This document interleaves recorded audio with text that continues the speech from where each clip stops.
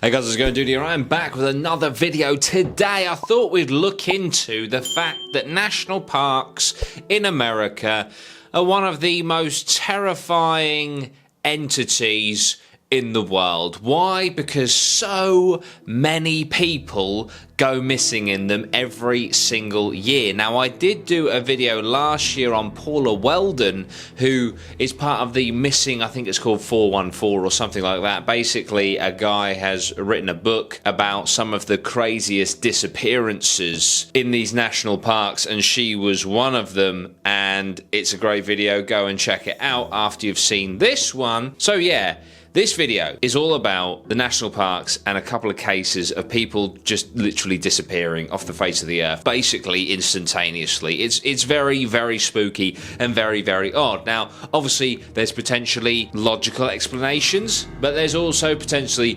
paranormal explanations, and it's kind of almost up to you as a listener to come to your own conclusion. Here's a crazy stat for you. So 600,000 people a year go missing in America. 600,000 of them. Many of them go missing venturing into these American national parks. Now, although that's a big number that go missing, fortunately, many of these people are found, and often found alive. But unfortunately, not all of them have that resolution. Now, of course, sometimes there could be tragic accidents, or maybe naivety. Maybe they just weren't as clued up on surviving in the wilderness as they should have been, and that is why they died. Maybe they got picked off by a wild animal. Maybe they ate the wrong thing and poisoned themselves. Maybe they didn't turn back in time for when the sun set and then ended up getting very, very lost and eventually starved.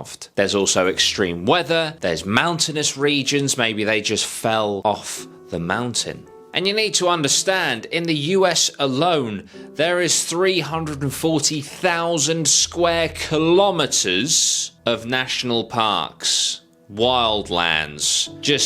You gotta think how big America is. There's so much stuff out there, so much room out there to get lost. So there's explanations aplenty for sure. So without further ado, let's get into a couple of the cases, starting with Betsy and Glenn Hyde in 1928. So the pair were honeymooning in northern Arizona, and it was at a very popular national park that they disappeared. It was the Grand Canyon. They were traveling down the Colorado River by SCO in October of 1928. They had planned to go through the entirety of the Grand Canyon via boat, and in the year of 1928, that would actually make Betsy the first woman to ever do it. Now, Glenn knew what he was doing. He had gone through many tough rivers in his time. However, it appears that Betsy was a newbie at best. Now, before they went missing, the pair did run across a few other boaters, and those boaters claimed that there was a little bit of tension between the pair,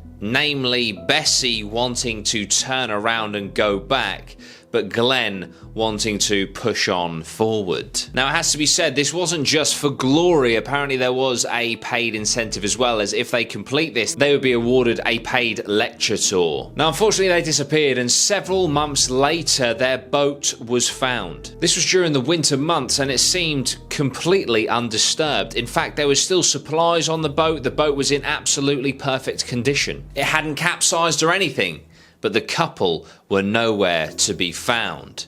Now, this has obviously spawned some conspiracy theories. Did they get out of their boat and think to take a side hike through the Grand Canyon and get lost, or, get attacked by an animal, or, somehow succumb to death that way, away from their boat? Did they have an argument, as there did seem to be tension between the pair, and did it turn violent, and so one of them or both of them ended up dying? Or were they abducted? Were they murdered by some strange hiker in the Grand Canyon? We will never know. However, there have been sightings, alleged sightings, of Betsy in the years that followed.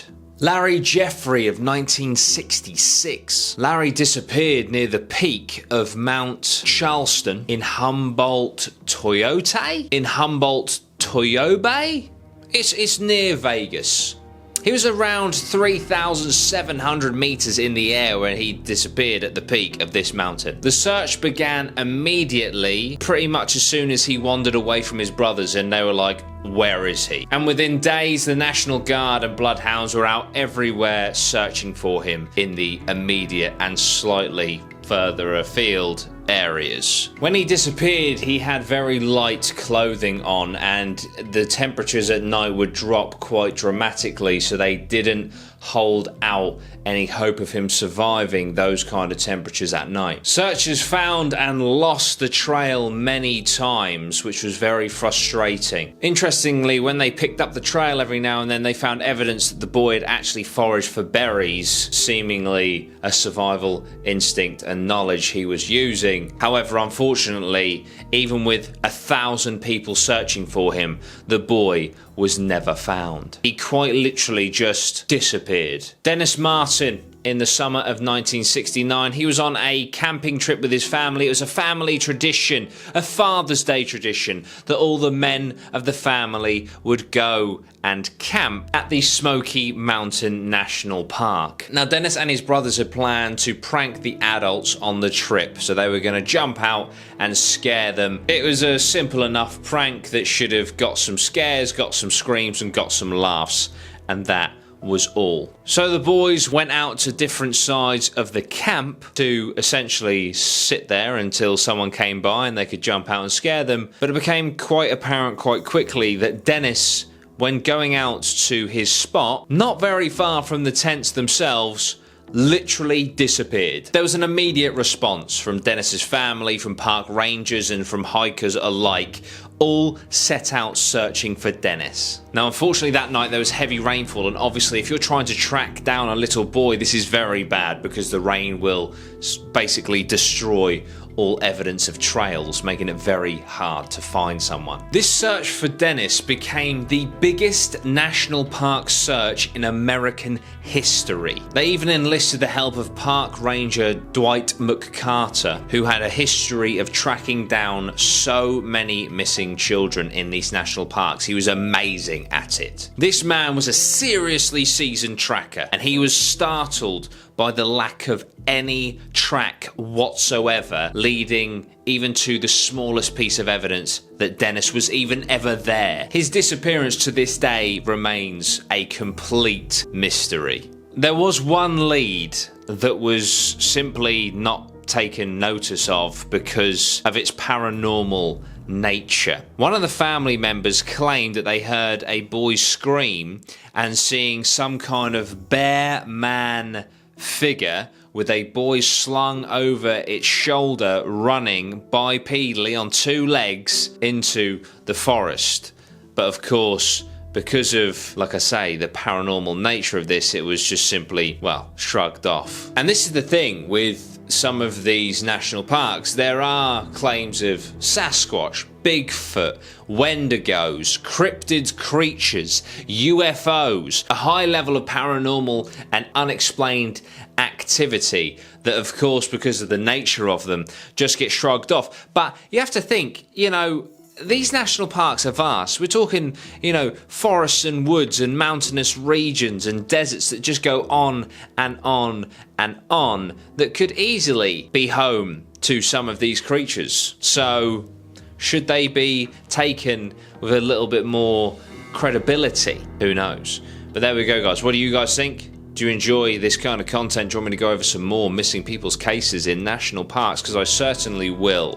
Thank you so much for watching, guys. I really do appreciate it. If you could hit that like button, subscribe to me, and share my content, that would be amazing. If you want to check out my clothing, the link is down below. I really appreciate it, guys. Thank you so much. I'll see you very soon. Sweet one. Geese.